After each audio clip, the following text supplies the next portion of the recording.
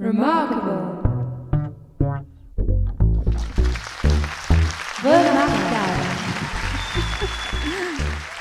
Remarquable.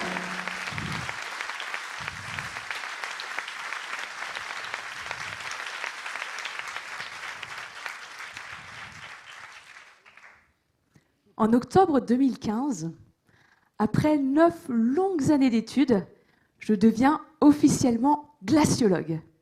J'y suis arrivée. Le rêve de toute une vie. Mon diplôme, je l'obtiens d'une université unique au monde. Cette université, elle se trouve entre le nord de la Norvège et le pôle Nord. C'est l'université du Spitsberg. Mais pas le temps de faire la fête. Très rapidement, je suis appelée à partir en mission scientifique à l'autre bout de la planète.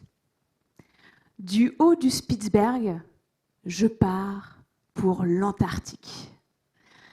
L'Antarctique, c'est carrément une autre planète.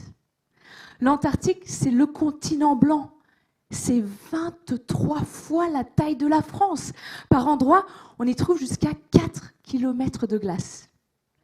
Pour nous, les glaciologues, l'Antarctique, c'est le Graal absolu. L'Antarctique, j'y ai passé 2 mois. 2 mois à travailler et à camper sur la péninsule.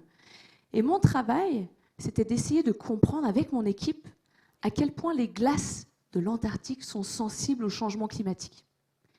Et assez rapidement, on s'est rendu compte que cette géante calotte polaire de l'Antarctique est en fait une géante aux pieds d'argile. Mais vous savez, ce que je retiens de ces 2 mois en Antarctique, finalement, ce n'est pas les paysages extraordinaires qu'on a eu l'occasion de voir, là où si peu de femmes et si peu d'hommes ont eu la chance d'aller. Finalement, ce que je retiens, ce n'est pas non plus les tempêtes qu'on a essuyées les unes après les autres, ces tempêtes qui nous ont bloqués dans nos tentes plusieurs jours, voire plusieurs semaines à la fois. Ce que je retiens, ce n'est pas non plus les résultats scientifiques qu'on a récoltés, qui nous ont permis de publier dans des journaux scientifiques très très cotés. Mais ce n'est pas ça du tout que je retiens. Ce qui m'a le plus marqué, ce qui m'a le plus choqué par rapport à ces 2 mois en Antarctique, finalement, c'est mon empreinte carbone. Pour aller en Antarctique, ce n'est pas anodin, croyez-moi. Partir en Antarctique, avant, quand on y allait, on partait pour plusieurs années. On partait en voilier, on ne savait même pas quand est-ce qu'on allait rentrer, c'était l'inconnu total.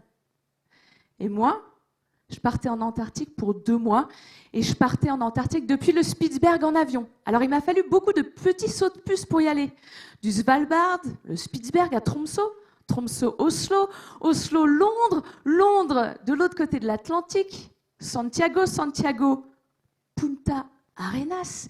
Et là, c'est pas fini, on a encore pris d'autres avions pour aller jusque sur la péninsule antarctique. Et une fois sur place, pour pouvoir se déplacer, nous avons parcouru des centaines, voire des milliers de kilomètres en scooter des neiges. Et pour pouvoir recharger nos instruments, on a utilisé des générateurs électriques. Et tout ça, mis bout à bout, c'est 9 tonnes de CO2. Alors 9 tonnes de CO2, c'est ce qu'émet un Français moyen en 1 an. Et moi, en 2 mois, j'avais pulvérisé mon empreinte carbone. 9 tonnes de CO2, c'est à peu près 40 000 km parcourus en voiture. C'est vraiment ce chiffre-là qui m'a permis de me rendre compte que malgré tout l'attachement, toute la passion que j'ai pour ces glaciers, bah finalement, moi aussi, je participais activement à les faire disparaître.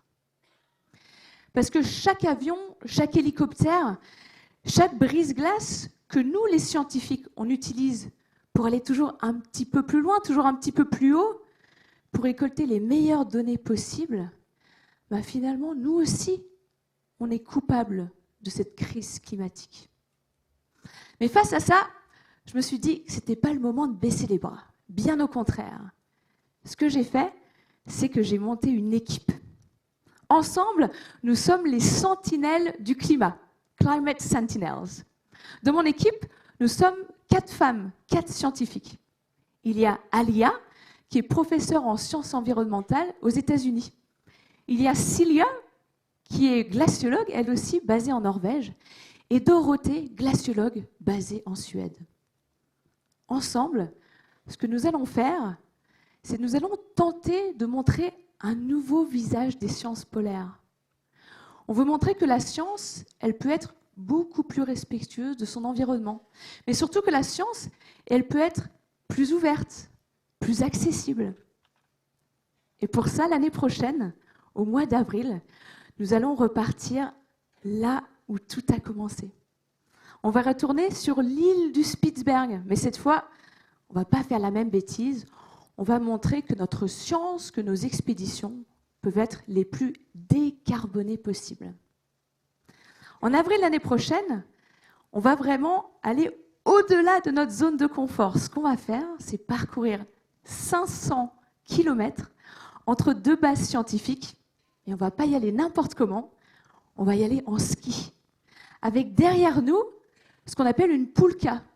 C'est un traîneau qui aura tout notre matériel de survie et tout notre matériel scientifique. Le terrain qu'on va parcourir, c'est un paysage absolument extraordinaire. Le Spitzberg, c'est un petit peu comme si vous preniez les Alpes et hop, vous les mettez dans l'Arctique. Ce sont des terres qui sont recouvertes à 60% par les glaces. Ce sont des terres dominées par la neige, les glaciers, la banquise.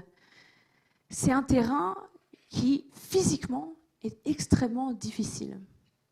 Alors c'est sûr qu'on aurait pu choisir la facilité, hein. On pourrait partir en scooter des neiges, on pourrait partir en hélicoptère, ce serait plus simple. Vous avez bien compris que ce n'est pas notre objectif. On pourrait aussi prendre avec nous des chiens de traîneau. Après tout, c'est une grande tradition norvégienne. Mais pour 4 personnes, pendant un mois, il nous faudrait une vingtaine de chiens. À nourrir 2 fois par jour, vous vous rendez compte la quantité de croquettes qu'il faudrait transporter? Environ 200 kilos, donc ça, non merci. On partira au mois d'avril, et ça, le mois d'avril, c'est pas par hasard. Imaginez le mois d'avril au Spitzberg, c'est un moment très particulier dans l'année parce que il fait jour 24 heures sur 24. Et pour nous, ça c'est très important parce qu'on veut pouvoir scanner le paysage tout autour de nous, de jour comme de nuit. Parce que les habitants principaux du Spitzberg, c'est quoi? Ce sont les ours polaires, exactement. Et on va là-bas chez eux, on ne veut surtout pas les déranger. Donc de pouvoir voir tout autour de nous, c'est très important. Au mois d'avril, on espère vraiment qu'il fasse froid. On veut qu'il fasse le plus froid possible parce que ça va vraiment faciliter notre progression. Les températures vont être entre à peu près moins 20 et moins 5 degrés. Mais ce qui se passe là-haut, sur l'île du Spitzberg, à cause du changement climatique, les températures sont complètement bouleversées. Cette année, j'y étais déjà en mission. En quelques heures à peine, on est passé de moins 20 à plus 6 degrés. Et ces températures positives se sont maintenues tellement longtemps que tout le paysage autour de nous s'effondrait. Tout est de glace. Donc tout est très sensible à ces températures positives. Parce que le Spitzberg, aujourd'hui, c'est ce qu'on appelle l'épicentre du changement climatique. Le Spitzberg se réchauffe 6 fois plus vite que le reste de la planète. Alors notre expédition, ça va être un défi sportif évidemment, mais surtout un défi scientifique. Ce qu'on va aller mesurer là-haut, c'est quelque chose qui ne tolère pas la moindre pollution de notre part. Ce qu'on va aller mesurer, vous savez, ce sont ces petites particules fines de pollution. On en parle beaucoup parce qu'elles sont très mauvaises pour nous, mais ces particules fines, elles sont aussi très mauvaises pour l'environnement. C'est de la suie. Elles sont tellement fines qu'elles peuvent voyager sur des milliers de kilomètres. Ces petites particules, ce qui se passe, c'est qu'elles traversent les frontières et elles peuvent aller des pays émetteurs jusque dans l'Arctique. Et ce qui se passe, c'est qu'au bout d'un moment, ces petites particules, qu'est-ce qui se passe? Elles retombent quelque part.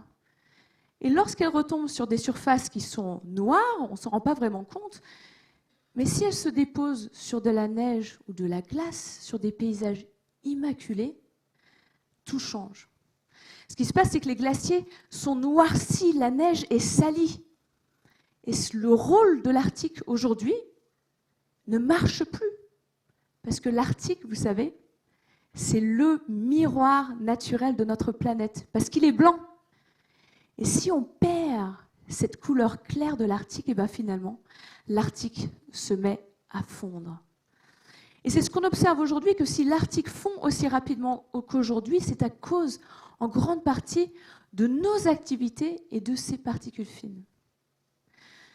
Et vous savez, ici à La Rochelle, on est à quelques mètres à peine du bord de mer. L'Arctique vous paraît sûrement très très loin, mais finalement, l'Arctique, il est là. Nous sommes directement et intimement liés à l'Arctique par l'océan.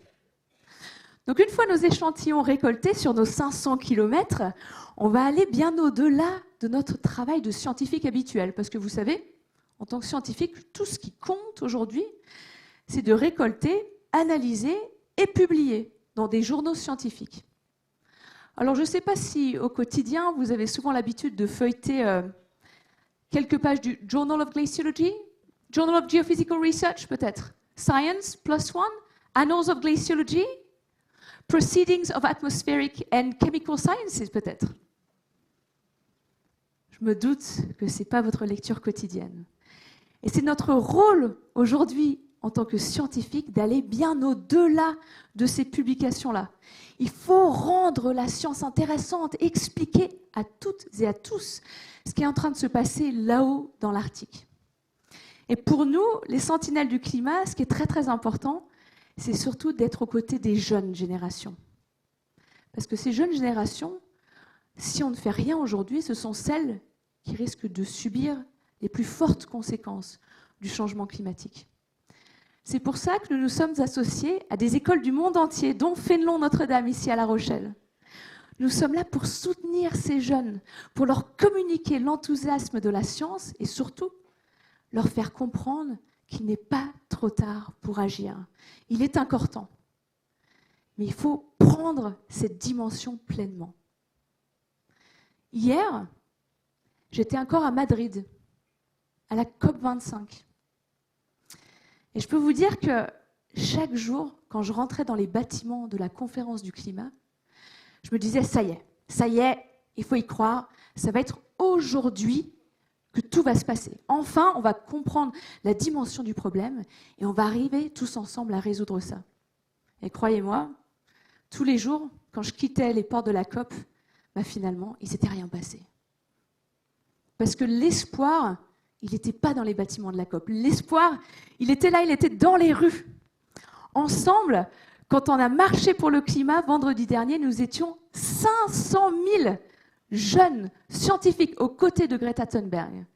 Et tous ensemble, on marchait, on défilait et on criait « Nos planètes à baie! Nos planètes à baie! Nos planètes à baie! Nos planètes à baie !»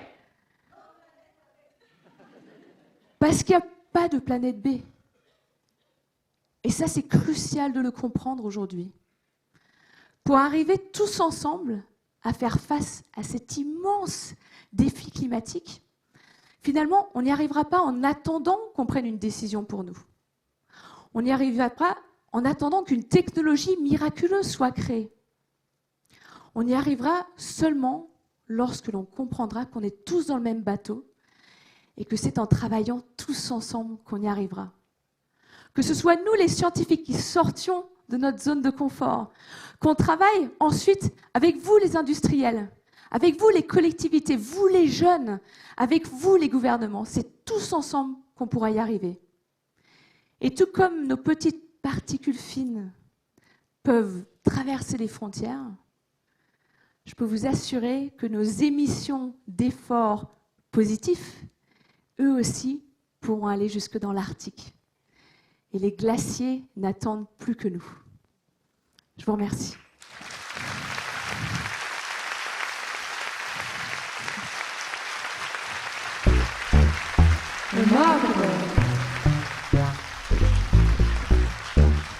Remarquable.